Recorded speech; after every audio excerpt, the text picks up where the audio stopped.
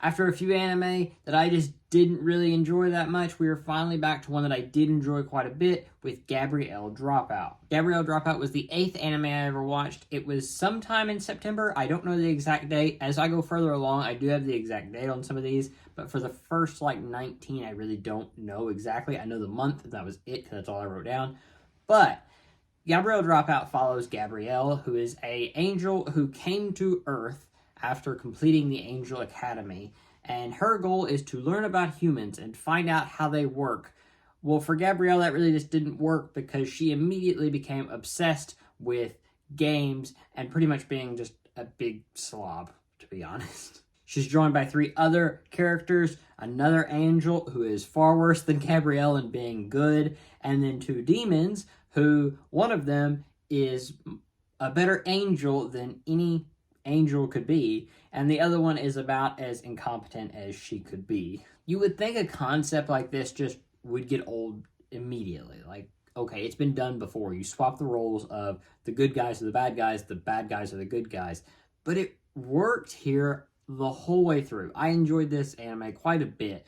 Obviously, it's kind of basic. There isn't like this big plot or anything. What you see is what you get. And that's fine with me because this 12-episode anime just worked. It never felt like it went too far, but everything it set out to do, it did really well. The comedy landed almost all the time. There's still parts of this that I will see a clip of and laugh still now, even though I've seen it 10, 20 times before, because it just has legs like that keeps the comedy funny to me no matter what. And character-wise, with characters that are meant to be kind of this character that you aren't supposed to root for, like Gabrielle is not this character that we should be striving to be like. Gabrielle is this slob that does not want to be an angel anymore. She is not a good person. But the way they do her character really worked, where I don't necessarily root for her, but I enjoy watching her. This is a problem that I had with Amaru whenever I watched that. See, the first season of Amaru, I just didn't care about Amaru because she starts off as such a hateable character that, yeah, that changes as season 2 comes along, but season 1, I couldn't stand her. And so I just never had this desire to watch season 2 until I made the video about it because I hated her. I didn't want to watch more of her. With Gabrielle, I felt like I could watch 2 more seasons of this and not be upset because I enjoyed watching her and her shenanigans, and the other 3 characters, they all had good interactions that I never got annoyed with, and I never was like, I don't want to watch this character because they're a bad person. No, I knew they were kind of not a great character, but it was hilarious for one, which Umaru couldn't do in the first season. The second season she did improve, but the first season Umaru did not do this at all. With Gabriel Dropout, it worked really well for some reason. I don't know what... I can't tell you exactly what the difference is, but for some reason, maybe it's because Umaru seems like she is purposefully going out of her way to be a villain. Or not a villain, but to be rude, and she knows she's putting others down, but she knows better. With Gabrielle, it just feels like she doesn't care. And I'm fine with that. She doesn't try to be this person that Umaru tries to be somebody that she's not in real life, but behind closed doors, she's an awful person. With Gabriel Dropout, Gabrielle does not care. She is, now that to her family, she tries to still be this, but even they know, okay, Gabrielle's just like that. So Gabrielle is just this way, and I love that about her. As for the rest of the characters, they were all great in my opinion as well. Probably the standout for me is the character named Satania. I think that's how you pronounce her name. I forgot. But she was great as well. I love the interactions with her and the little dog that keeps trying to steal the melon bread from her. It's hilarious. And she's a character that, because sometimes with anime like this, you will have a character that is obviously the slapstick humor, and that's what she is. You almost feel bad for them being in that role. After a few jokes of that, you're like, I wish she would succeed.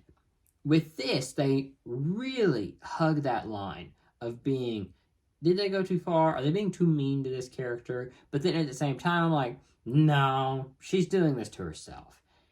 And they hug that line perfectly. It works so well. And it makes me love her character even more, because whenever she does get those little minor victories, you root for her. But when she fails, you still laugh at her. So that is the perfect slapstick character, in my opinion, and it works perfectly with her. And obviously, like I said, the plot is a bit basic. There's nothing really here besides the comedy, slice of life aspect of this. You're not going to get this massive plot line that they're going to have to go through. Even anime similar to this do have more plot than this. So I will kind of minorly hinder it for that, but not much. It's what it sets out to do. It does accomplish that in a good way. Now, it doesn't set out to do a whole lot. It kind of has this general idea of what it wants to be, and that's all it does. And that's fine. I enjoy it for that. But could it have done more? Maybe. And there is a lot of source material that they haven't covered. So will we ever get a season 2 of Gabriel Dropout? I doubt it. But if we ever did, I would be interested in seeing. I don't think there is much plot behind this. I think it's kind of like Amaro-chan. It just exists in a plotless world, really. But I would like to see more of this, because the bonds grow more between these characters. Even though it won't grow as much as like Amaro-chan, it does grow a little bit. So I am interested if that ever changed. I haven't got the entire manga set. I do have some of it, which I'll show in a minute. But I am interested to see if that changes any as the story moves on. And maybe it does. But as for the story they show in the anime, just not a whole lot here. But I'm not going to, like I said, I'm not going to judge it for that too much, because it does do a good job at what it sets out to do. So, what about ranking it? I don't really have much more to say, so let's get on right into the ranking. I'm actually going to put this right below Wataten, so it'll go third, actually. So, as you can see here, it'll be Toradora, Wataten, and then Gabriel Dropout, right above Amaro-chan. It's a little bit of a gap between Wataten and Amaro, so it fits perfectly right there. This would go further towards Amaro than it would Wataten. I really think Wataten is really, it's one of my favorites, but it's not Toradora level. And as we move on, there will be a bunch that will go above Toradora, but for now, it's Toradora on top. So what about merch? I do have quite a bit of merch from this. Well, not quite a bit, but a little bit. So I have these 2 acrylic stands from Gabriel Dropout. These are the newest merch from this series that I have. It is Gabrielle in this bunny angel outfit here. Really cool looking. It's hard to show off acrylic stands on camera, but it's really cool one here. And then Satania here in the devil look there. I kind of got this as a joke because she has massive wings. But anyway, that is why, that's these 2 that I got. These were a set. These were the only 2 characters they had. Unfortunately, they didn't have the other 2. They don't really make any merch for them 2, unfortunately, because I do like those 2 characters as well. But I have one figure from this set, and since she is my favorite, I have Satania here. It comes with the little dog as well. That was the main reason I wanted this, because I love the little dog and her being together. It's a nice little figure. They do have a Gabrielle one of this too, but this one comes with a little Gabrielle doll, so it goes back here and just kind of rests there. So it works that I have both of them now, but it's for the Gabrielle thing, it's a cute little thing. Not much to it. As for the figure itself here, she's just kind of in a lounge outfit, and it looks pretty respectable from this side. You get the dog, you get her. It's very cute. Don't turn it around, though, because she's not wearing pants. But it's a good figure. It's a very good figure. And for the first time ever making reviews here, gone through 8 of them now, and I can finally say I have manga from this series.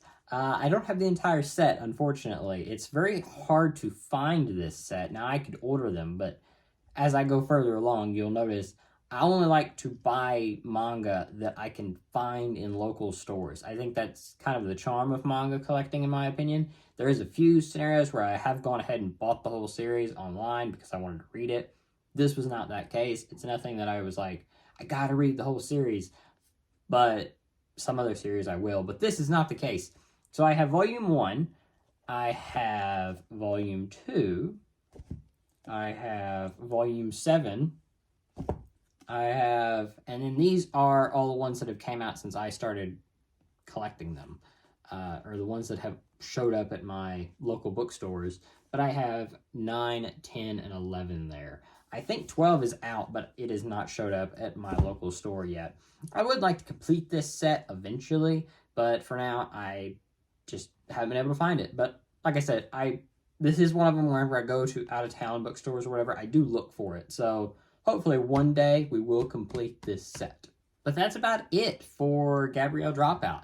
Like I said, just not a whole lot with it, just kind of a basic comedy, fun, different type of scenario here, and it works really well in my opinion. I have no real complaints out of it, other than it strives to do something very minimal, but it does that very well. So kind of basic, but it does it very well.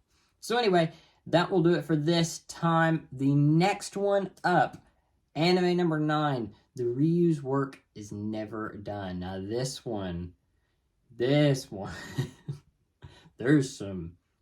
some jokes in that are very, very, very funny, but very, very wrong and could not be pulled off in Western culture. So we're going to get into that next time, probably further into this week.